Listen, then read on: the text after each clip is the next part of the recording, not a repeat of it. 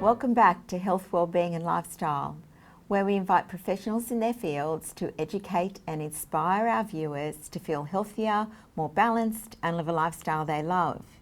And we start our show off with two viewers' requests. We have Sasha Priest talking about sleep difficulties and Sondre Kalik finding peace within sales. Welcome, Sasha. Thank you for having me, Linda. Please tell us more about sleep difficulties. Yeah, so there's lots of different types of sleep difficulties. We've got people who can find it difficult to fall asleep. Other people can find it difficult waking early in the morning. And for others, it might be that they wake multiple times during the night. So lots of different types of sleep difficulties. I guess I'd recommend that people perhaps meet with their GP if they've got initial concerns. But there's also definitely some other options that people can be trying. So I guess today I was hoping to talk a little bit about some energy healing options for people to try if they're having sleep difficulties. So if you can understand that we're all made up of energy, our bodies are an energetic system. So energy healing is actually something that can shift energy within people to help de-stress their system and also to help them to hopefully fall off to sleep in a nice and relaxing, calm way. So that's another option, I guess, for people to be considering alongside some mainstream options that can help with sleep as well. Can you tell me some examples of people who've benefited from energy healing? Yeah, sure. So I guess I know people through energy healing that have achieved some really significant benefits. So one person that comes to mind was a 60-year-old man who had a 30-year history of not being able to sleep all the way through. So he was waking about 4 or 5 times a night. He had 3 energy healing sessions and is now actually able to sleep all the way through, except for waking up once to go to the bathroom, and he was really happy with that. And another lady who actually wasn't able to sleep for about 8 days straight. She had an energy healing session, just one, and actually achieved sleep all the way through for that one night. So, you know, these kind of results are quite significant for people who've had long history of sleep-related issues and even short history. So, yeah. Absolutely. Yeah. And would you have some general tips for people on improving their sleep? Yeah, definitely. So there's lots of things people can try, and I guess it's about finding the individual things that work for you. Having a really good sleep routine, so being able to wind down in the evenings, have a quiet space for people to actually go to bed. Reducing the screen time in the room is really important. Avoiding things like caffeine and alcohol, particularly in the latter part of the day. Yes. So alcohol can actually mean you might fall asleep okay, but you'll tend to wake around 2 o'clock in the morning. So interrupted sleep can happen if you're drinking alcohol, particularly in the evenings, and caffeine as well. So caffeine actually wakes your body up. So you want to actually reduce and calm your body. So caffeine is probably better in the mornings as well. And things like actually trying meditation. So different types of meditations work for different people. So meditations for sleep, there's also things like hypnosis for sleep. There is nature sounds that people can find helpful, and also things called sophageo frequencies, which actually help people to fall into a nice gentle sleep as well. So, okay, is that sound thing? Yeah, sound. Yes. Yeah, definitely. Yes. And I guess the other thing for people who think a lot at night times, actually just having a small notepad next to your bed, so if you're waking and you've got things going around in your head, just jotting some things down on the notepad so that then you can actually address that in the morning and, you know, put it away and actually focus on getting back to sleep. Oh, that's great. I've done that myself. Yeah, I've got that, you know, with a notepad next to the bed so you can get it out of the brain. No, it's really helpful, I think. So. Yeah, totally. Yeah. Well, that's wonderful, Sasha. Thank you so much. Thank you. And for more information on improving your own sleep, please go to our website. Thank you very much. And now we're welcoming back Sondre Kalik, our Women's Sales Success Coach, and she's here today to talk to us about finding peace within sales. Yeah, I am. I know, it seems like, sales. I know. Making peace with sales. Most people don't think about this aspect of their business in terms of like how much resistance it actually builds up for them. You know, like to, especially as entrepreneurs, and you know, people in sales have this to a degree, but it really is when we're putting our own work out into the world that this really comes up for a lot of people. And so making peace with sales is, first of all, understanding what sales is and what sales is not. And how is a way as we as female entrepreneurs can do it in a way that is of service to us and of service to our clients is to have a conversation with them about what it is that we offer. But our role in that conversation is to listen more than we speak. So we are actually, you know, if you're talking more than 20% of the time, you're actually doing your conversation that you're having with somebody a disservice. And so, you know, with making peace with sales, it's also this awkward, you know, it's a tendency for it just to feel a little awkward for a lot of people. And so one of the practices that I teach women is for them to be able to align authentically the value of their work to the price and package of their work. And so in that, we get to really see that the work that we're taking out into the world, when we're solving somebody else's problem, when we're coming from our own experience and we're coming from knowledge and, you know, we have all of this resource, if we can really help one person transition from where they are to where they want to be, then that is priceless. And when we can really stand in the value of who we are and what we're offering, sales takes care of itself. Because there's no need to push, there is no need to discount. That's a really big one when making peace with sales, being able to stand in the value of the work it is that you do. And so the other part of making peace with sales is understanding that however good your product is, however good the service is that you offer, nothing can really start until there is that exchange. I have something to offer, and the monetary exchange for that transaction is called a sale. And so, you know, the highest service that we can be is to actually make that offer and make that invitation. And actually I see that in business, if we're not making those offers and we're not actually making invitations for people to work with us, then we are actually not being of service. So why do I term this part making peace with sales? Because, you know, as female entrepreneurs and people that are taking their services out into the world, gifts and talents that they believe are going to help transform somebody's life, they really have this big heart of service that they really do, in fact, want to help people, right? And then it kind of goes, oh, and now I've got to ask people for money. Right? Their whole energy shifts and their whole way in which they see their gifts changes, right? And why is that? Mostly because in sales, you know, until you know how to do one in flow and what that all looks like, our main perception of sales is really a perception. It's been what we've accumulated over time. It has been around how we have been sold to in the past. It's about how we have met people and bought products or services from them where it was a lot of pressure. You know, there's a lot of, I don't really like to say it, but there's a lot of discomfort around selling because often there is that pressure.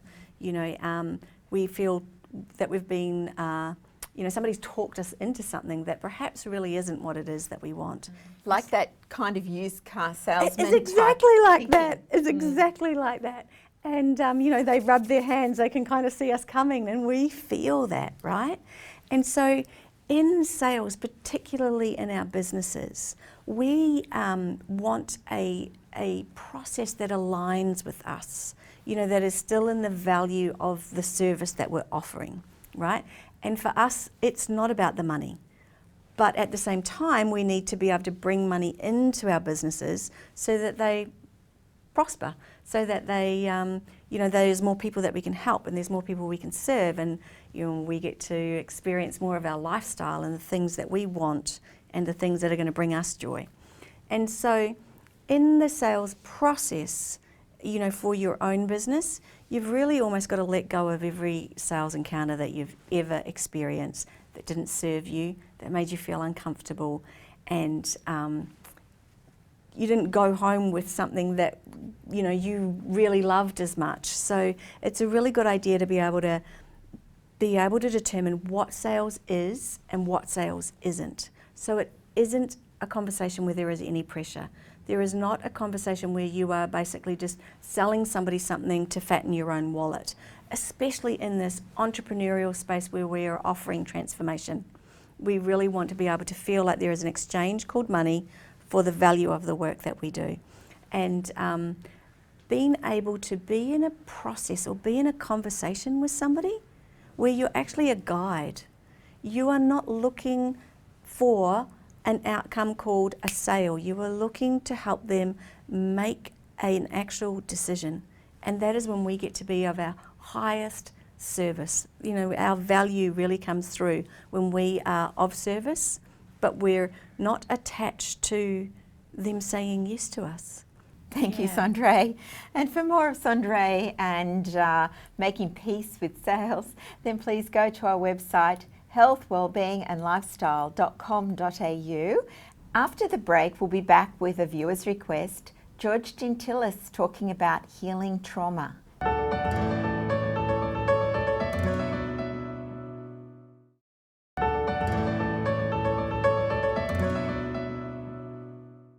Welcome back, and we have George Gentilis, our somatic psychotherapist, and today he's talking about healing trauma. What is trauma, George? Yeah, big topic. Trauma is and basically an event that happens in your life where you felt like you, even for a second, perceived, even if it wasn't real, that you could have died. If there's one split second, you think, I could die here, that's the shock. That's the trauma. It's just entered your body. Well, your body, your whole nervous system, your whole physical body, organs, everything, you felt like you could actually die for 1 second. And that could happen with a physical trauma. Car accidents are a typical one. When you see a car coming at you, you brace. For 1 split second, your brain thinks, I could die here. And the car hits, you don't die. And then you're left with this shock in the body that sometimes comes out naturally, sometimes doesn't. And if it doesn't, if it stays in your body, it leads to what we call PTSD, post-traumatic stress disorder, where months later you're still rehashing the event. It's like it happened yesterday, and your body can't release it. You can't relax, or you feel heavy, or you start to feel anxious or depressed for no reason, and that's a trauma. That's a physical trauma, so we get a high impact in the body. Then you've got developmental trauma, which is normally the childhood stuff, where you got neglected or abandoned as a child, or abused physically. Sexual abuse is a big one, sadly. But we've got great methods now for healing a lot of that, that's the exciting part, rather than just taking a pill, like I mentioned last time.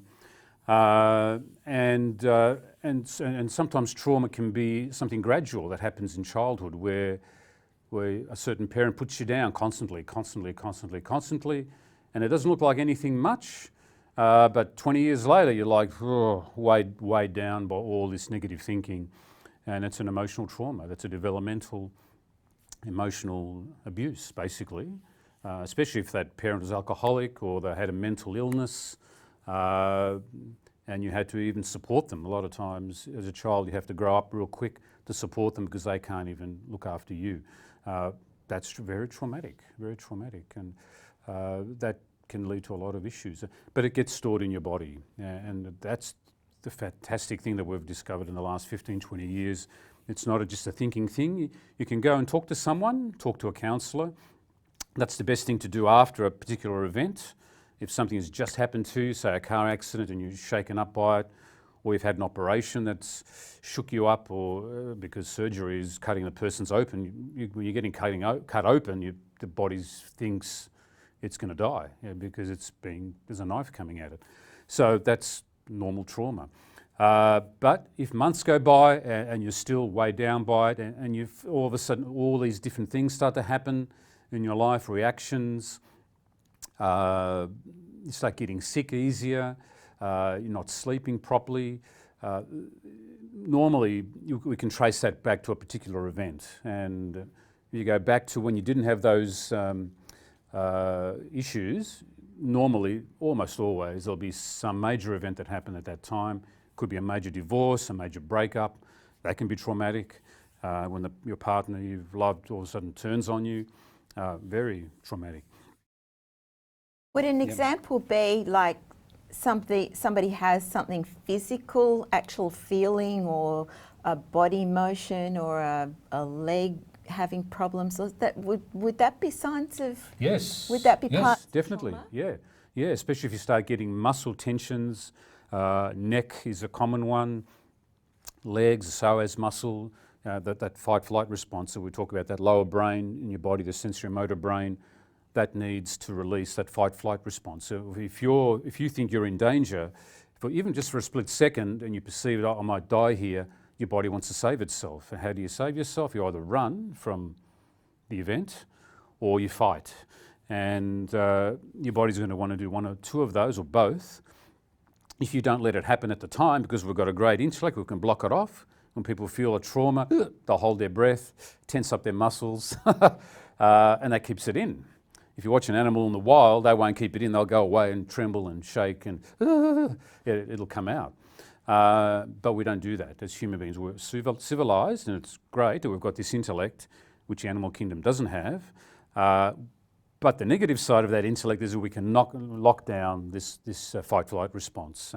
So really what you want to do is allow your body to move and let out that fight-flight response. And it comes out as trembling, shaking, twitches, jolts, which is why it's very important to go to the gym. You've got to go. That's the fight response when you do resistance training or boxing or lifting dumbbells. You need that exercise where your body can feel like it's pushing, and then your nervous system feels like, now I'm safe. I can push away, and your body gets a chance to save itself, basically.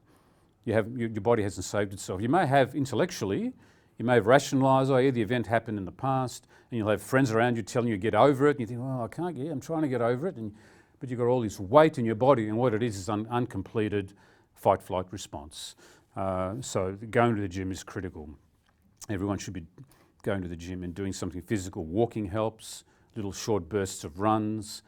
Interval training is great. Even for 30 seconds on a stationary bike, go flat out, and your nervous system can release that flight response, and then it relaxes, and then you sleep like a baby, sort of thing. Right. Yeah, very important. Right. Very important. And what would it be a bit of advice for our viewers about if they did observe trauma or feel it for themselves? Yes, if you've had a trauma, or even watching a movie on TV, a horror movie, and it traumatised you, you've got to come back to your body, because not only is that fight-flight response blocked off, but people dissociate. So people leave their body and they feel like they're living up here, or living to the side of the body if it's a real high-impact problem, high-impact accident, or if you had a lot of bullying at school. You really want to start to come back into your body again. And a good way of that is just to pat your body, to feel it, breathe under your hand, and go out around your whole body, and just start to get a sense of, I'm back in my body again. And as you come back into it, you'll get little jolts, little twitches, little shakes. That's good. Right? That's not bad. Doesn't mean there's something wrong with you. That's really good, because your nervous system's finally, that lower brain, is finally getting to, finally relax, shake, shake, shake, relax, shake, shake, shake, relax, and just recover. You get peace of mind comes back, and the weight lifts, because your nervous system isn't trying to run or fight. Very important. Oh, well, that's wonderful, George. Thank you for sharing, and you'll be back with us another time, next time, I believe, and you'll be talking about how trauma shows up as anxiety. How anxiety shows up, that dreaded stress in our lives, Yep. And if you'd like to know more about George and healing trauma, then please go to our website, healthwellbeingandlifestyle.com.au. And after the break, we'll be back with Kim Townsend talking about the benefits of play.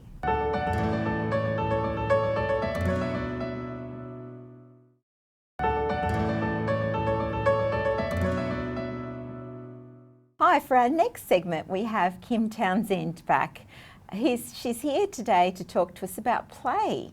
Kim, why play? Well, last time I was here was so much fun, I thought I'd come back and have some more fun. For me, one of my favourite quotes by George Bernard Shaw is that we do not stop playing because we grow old. We grow old because we stop playing. So you think about kids, what do? They're all about play. And for them, play is curiosity, it's learning, it's discovery, it's figuring out their skills, their abilities, and also, you know, how they socialise. And somewhere as we grow up, we're told, grow up. And it's like, to be grown up comes with seriousness. And what is that about? We all, yeah, and I know that just when you're learning, if something is fun, it's that much easier to learn. And you know, just being playful adds that spice to life. And we forget to play, don't we? As Absolutely. adults? Yeah, absolutely. And it's different. Play is different to a game. A game has rules, and there's usually an outcome, a winner or a loser. Play is just having fun for the sake of playing. It then, it also, chemically in the body, it helps you stay younger. It makes you smile. It makes you laugh. And it's just simple things. I mean, you see on the movies when two lovers are on the beach, they're running around, they're playing like kids. And adults love to play with kids. It's the practical jokes. Just bringing that stuff into your life every day. It's having that youthful attitude and approach to life, and it just makes things so much nicer. And I guess it's that communication with yourself as well, isn't it? Absolutely. It's communicating with yourself and being okay to be free and creative, and it just helps with connection. If everything's always serious and deep, it's like it's so heavy. But lighten it up, and just have fun. Yeah, totally. It's so important, isn't it? And I know for much of my life I didn't have lost that sense of play. So what things would you say, people could play at? Absolutely anything. So if you're at work and it's one of those tedious, repetitive jobs that you just go, oh, I'm doing this again. It's like, okay, how can I make a game out of it? How can I make it playful? Or even just going to the supermarket, instead of just pushing your trolley along, even if people are watching, just, lift yourself up on the handlebar and have a bit of a ride. Or I know with my kids, when I've gone shopping with them, they might have the shopping list and I'd be getting stuff. If it's a loaf of bread or something that's not going to break, throw it into the shopping trolley and just have a bit of fun. Life does not have to be serious. That's so true. Yeah. We do forget, don't we? We can get caught up in that internal stuff that goes on and not breathing, as you mentioned last time you were here, and then it's lost. Yeah. And even if something is serious, people can just get heavy and the energy just becomes really, really dull. But if you put a little bit of fun into it, it can actually lift the energy, and even having playfulness within seriousness is really important. Oh, gee, it's all so relevant. It's just wonderful. Thank you very much for sharing that. And for more information on play and Kim, once again, please go to our website. And for now, we'll say bye-bye till next week from us all here at Health, Wellbeing and Lifestyle. See you next time.